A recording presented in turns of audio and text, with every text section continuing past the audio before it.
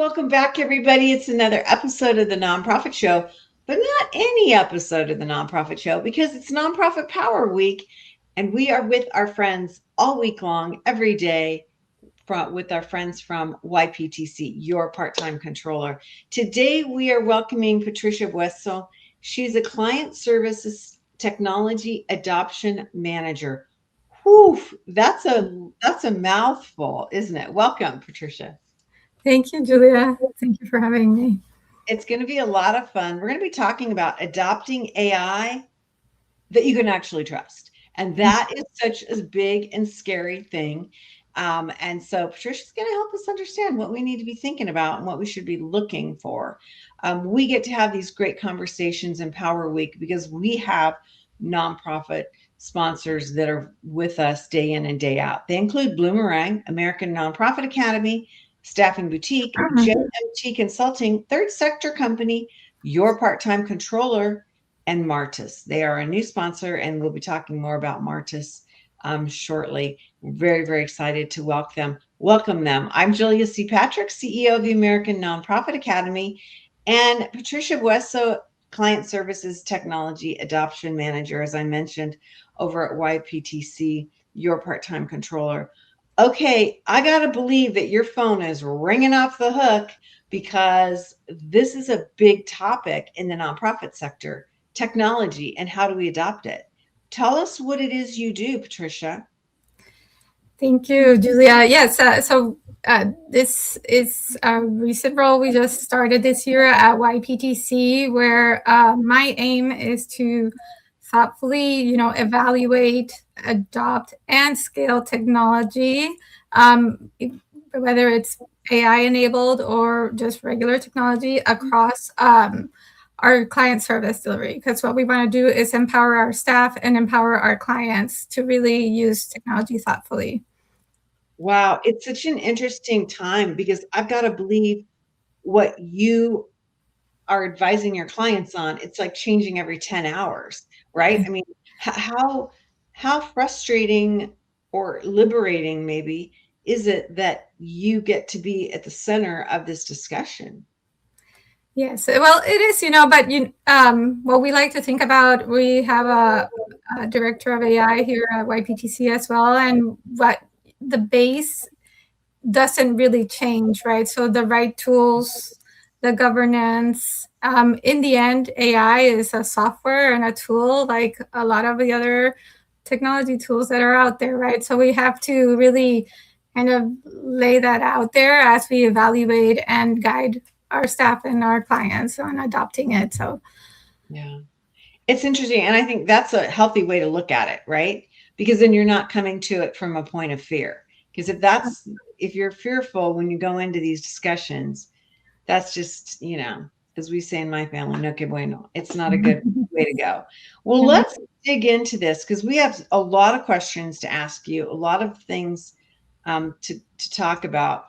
But this is one of the things that I'm the most interested in today is experimenting to real capability. Meaning what? Because experimenting and AI, that seems a little frightening. Well, there was a recent survey from Virtuous AI. It's a software and the fundraising AI that talked about how 92% of nonprofits are already using or experimenting with AI. We did a recent survey internally as well, and it's very similar, right? We maybe around 10% of our nonprofit clients are not using AI, so that means that everyone it's not really an adoption problem. People are using it, they're experimenting with it. So it's important to start seeing how we can maybe take this at scale and start realizing the impact we wanted to have. Because even though 92% of nonprofits are using it, only 7% are using it in a meaningful and impactful ways, is what the survey mentioned, right? So that's really interesting to start evaluating. So how are these nonprofits using it? How are they experimenting? And that's a great point you brought in earlier. And what I want to just kind of talk about is that there are very simple ways to get started. It can be very daunting. Mhm. But there are simple ways, like we have used these, and some ways to start thinking about it is maybe start making a list, working with each of your departments, and start making a list of use cases and workflows that can be potentially supported by AI. So having that in place can really kind of start giving you a framework of where to get started, right? And then as you're working on that list, rate it, right? Rate it. What is the level of effort you currently have? What is the value this workflow or use case brings? And then finally, what is the risk that it involves, right?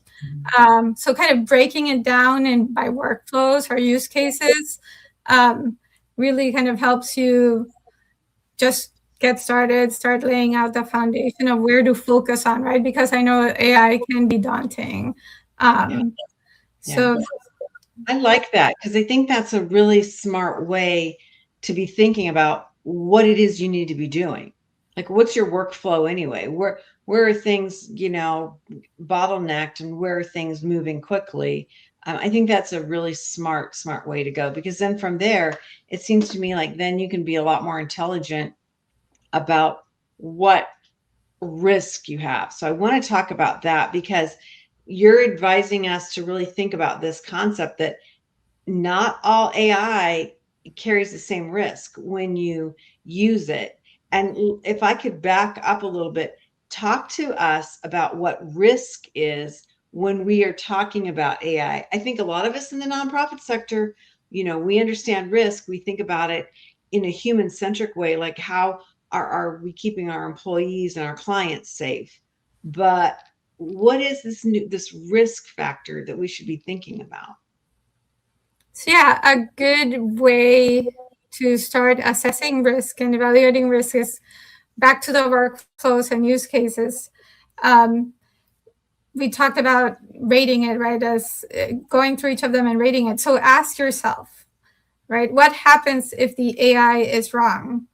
What will be the impact if we use AI for something and it gives us a wrong answer, it is biased, it is insecure, or we don't use it properly, right? So if you scope it down to a workflow level, it's easier to start analyzing it and assessing it, and then you can start addressing it, right? So we talk about maybe rating it into low risk, medium risk, high risk, right? Think Mhm. about low risk cases as minor inconveniences, right? You can use it for brainstorming, rewriting emails, maybe generating outlines, summarizing meeting or presentation notes, right? Those are all things that are low risk, and probably it's potentially what most people are using it for, right? Um, and then we go to medium risk. So think about medium risk as um, this is where AI can influence decisions. Of course, it's Yeah. not making the decisions for you, but it can help. It can influence Sure. what you're looking at. So maybe when you use AI to analyze financials, or you use AI to segment donors into different categories, right? It's not necessarily giving you an answer, but it is influencing you into looking at things a certain way, right? Yeah. Um, Interesting. and then finally, the high risk cases, right? Which I believe that um, I don't know if many people are using it for high risk. I'm not sure. I don't have any data on that. But high risk cases are those where um, it makes or can heavily influence a decision for you, right? And we don't really want that to happen right now. Yeah. It can have impact on people, on money, or the organization's reputation, right? So um, all of these, so these are the three levels of risk. Like so just think about it as think of this as when you're evaluating your workflows or use cases. um, Assess what level of risk, if I add AI to this, what level of risk will it involve, right? And then that will then say, drive you to ask yourself, so where should human judgment and controls exist in order to reduce the risk, right? Yeah. Yeah. I love that you layered this in, and I really appreciate that you've painted a picture as to what risk factors are, because risk is different. And the way you just laid it out is really smart, um, because it's not that overwhelming to understand, right? No, It's yeah, pretty, it's, I almost want to say it's pretty basic and clear cut in some forms of looking at this. And so we understand that. You mentioned something, and I want to talk about this, that this human judgment is the most important control. How do we get that translated and in practice across our organizations? Because it seems to me that um, we're not doing that. We're just saying, "Oh, great, you know, we'll take what it spits out," yeah, right? But yeah. not so fast. Yeah, so that's why it's understanding and assessing risk is easier when you break it down to the workflow level and not try to address it as a whole. I mean, eventually you will have to address it as a whole, but you can get a better sense of it at each of the workflow levels, right? So the goal is not to really eliminate the risk, but manage it. And how do you manage it? By incorporating human judgment into the steps, right? Uh, Right, right. I like that you said that, because that changes the thought process, right? You're going to have risk. You're not going to get rid of it. It's just how do you manage it? And I love that concept of using that word judgment, because AI does make mistakes. We make mistakes. Um, we know the power of the prompt. The way you prompt AI completely changes how what your results are. I think that is the untapped brilliance of AI, is understanding that prompt. And I'm going to use the word relationship. How do you navigate this? And again, it's human judgment. It's very, yeah, it's very interesting to me. Really, really interesting. Okay, so you've talked to us about risk. You've talked to us about human judgment. I love the understanding the workflow process. We layer all these things in. The next big thing, and to me, this is the big topic of the day, is where does your data go? And do you even know where it's going? Talk to us about this, because this is somewhat like, ooh, I don't think we can answer this question a lot. yes, yeah. So having the right tools in place is truly important to be able to scale AI across your organization. And where you add your in, like, so the tools are what define or determine where your data goes, right? Right. um, at YPTC, we don't like to recommend a specific tool, but we do like to tell our nonprofit clients that usually the safest place to start is to use the built-in tools that already exist within your productivity suites, right? So, Mhm. for example, if your nonprofit uses Microsoft Office, or if you use Google Gemini, then using Microsoft Copilot is probably the best route for you, because the tools already exist with the rest of your data and productivity tools. So it's easier to manage where your data goes and to control it and configure it appropriately. Mhm. Yeah, I really noticed. In fact, I was talking to our executive producer, Kevin Pace, about I'm getting to the point where if I'm using some sort of platform that we use here for our business, and there's not an internal AI feature, I'm kind of bent out of shape, because it's so easy just to be like, oh, hey, change this, or how do I do this, or where do I find that? And I have the sense that if I am working within that software, that it's more safe. I mean, and you just mentioned, I mean, that's fair to think?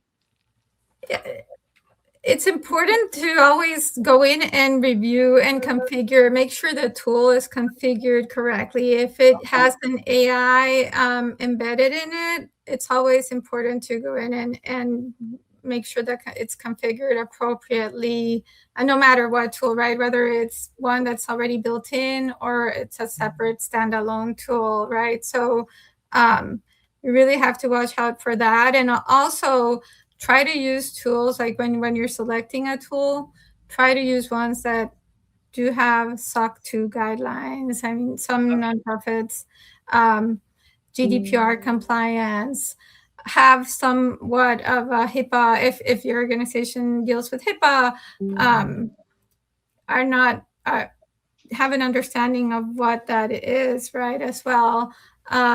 But mainly what we like to watch out for is for SOC 2 or SOC 2 compliance. So keep that in mind as you are evaluating your AI tools and configuring them as well. So let me ask you about this, because a little bit more deeper, I think more deeply, it's so many of us in the nonprofit sector are really enjoying the advantages of having fundraising software that's on a platform that really is powerful. And we're uploading so much sensitive information, from credit cards to relationship management notes, legal documents, especially if we're dealing with donors that are working with estates or larger gifts. How do we navigate the risk mitigation and the safety of the data? Because I think we get like really charmed by, oh my gosh, look at what this will do. And then we're not thinking, okay, but where does it live? How do we go about that process of even asking the question? That's a great question. It's always very important when as you're evaluating the tools that you choose, right? Like you said, you can be very dazzled by a really AI forward agentic AI tool that is going to solve all of your problems. Right? But it's always important to stay grounded. Again, it's a tool. They need to have, you need to ask about where the data goes, how we can configure it appropriately, and work with IT, if you have an IT security team, or maybe perhaps a board committee that does understand AI and technology, can help you kind of ask these questions and configure the tools once you've chosen them, right? So again, don't be afraid to ask the questions, and review and configure it before you start using it. I know it can be very enticing to just go in and get started, but it's always important to watch out for what they do with the data, where do they store it, how long do they keep it, right? What happens if you terminate the subscription or something? What will they do with the data once? It's important to ask these questions as you're evaluating the tools. Right. I've got to believe too that understanding, like, do they carry insurance, or how do they protect you, or even down to like, how quickly do they notify you? What's their protocol if there's a breach? Is that fair to ask those questions? It is fair. Yes. Okay. Yeah, very fair. You're right. That's exactly what is their security protocol. That's very important. Yeah. I've got to believe that we haven't, and across the landscape of the nonprofits, we probably don't have protocols for that ourselves, right? But we sure should know what our partners and our platforms are doing, because it's just so scary to think about that. And I think it's really frightening not to know the answer, because I feel, and I don't know if you're seeing this, but I feel like donors are now asking those questions because they're hearing about it. Just getting ready for work this morning, on my local national public radio station that I listen to every morning as I'm getting ready to leave for the office, there was a huge article about AI impacting, leaving its home base and doing things it shouldn't have been doing, right? And so that's a discussion that is chilling, but we don't know what we don't know, right?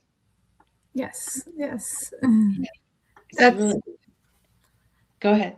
that's right. No, and that's why it's also very important to start, if you want to, again, focus, if your skill is on, if your focus is on scaling AI and technology with all of the things that we're hearing about and um, are going on, and we feel like we have no control over, it's important to focus on what we can control, and that is on establishing guidelines and ensuring that maybe an acceptable software use policy is in place so that people know, your staff know what is encouraged, what needs approval, and what is off limits, right? Because all of this can be very daunting. Yeah, yeah, absolutely. It's fascinating to me to kind of step back your advice about um, evaluating things a lot more. I didn't expect for you to lean into that, I guess, but that's absolutely the smart way to go. I totally see where you're going with that, and that mentality ultimately can help you and protect the organization. And so that leads me to my last point that I want to ask you about. And you're advising us that governance should happen before technology. What does that mean exactly? So, as I was mentioning a bit before, it's important to kind of be able to have a list, simple guidelines in place that can allow your staff to confidently use AI and technology tools, right? At YPTC, we like to say that guidelines help protect the adventurous and reassure the cautious. I love that. That's a great, great line. Perfect. That's so true. It is, because True. we want everyone to also. The idea is not to stay away from the technology; it is to embrace it. But the way we embrace it is by maybe building some guardrails around it, right? Um, so that's why we like to say governance before technology. But I know it's also something that can be seem overwhelming for people and for organizations. Like, where do we get started, right? Um, but again, think of AI as another software, another tool. So perhaps your organization already has an acceptable use policy. So Mhm. just incorporate AI into that software or acceptable use policy. So that's just a list of approved. So you can add a list of approved tools so that staff know what they're allowed to use with your organization's data, right? And then start working on guidelines. Make sure that they align to your mission and values. So consider what you and your organization is comfortable with, right? And what the vision is, what the mission is. So um, get started with guidelines. Make sure you communicate these, and then ask for feedback, right? So again, we'd like to be, these guidelines can start simple, but be clear on what is encouraged, what needs approval, and what is really off limits, right? And Mhm. then ask for feedback. So just get some guidelines going. I know a lot of, we've talked about tools. We've talked about tools such as Microsoft and Google, Yeah. and you mentioned fundraising platforms. A lot of them have frameworks available that can help you get started. I know both Microsoft and Google Gemini have special offers and frameworks for nonprofits that, if you don't know where to start, perhaps researching those can help you get started. Yeah. Um, and then also an important piece of governance is training. So you talked about, right, what, how do we prompt it? Um, Mhm.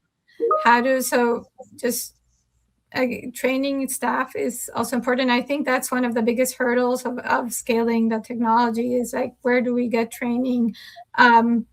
But again, look for there are a lot of resources out there.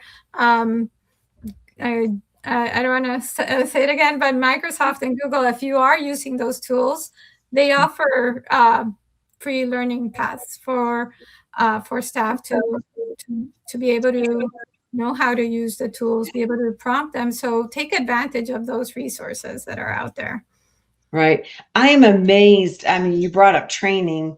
I mean, I'm obviously with the American Nonprofit Academy. We do a lot of training around the world, and I am amazed at how much training there is now on AI from all different parts of the Mm-hmm. business world.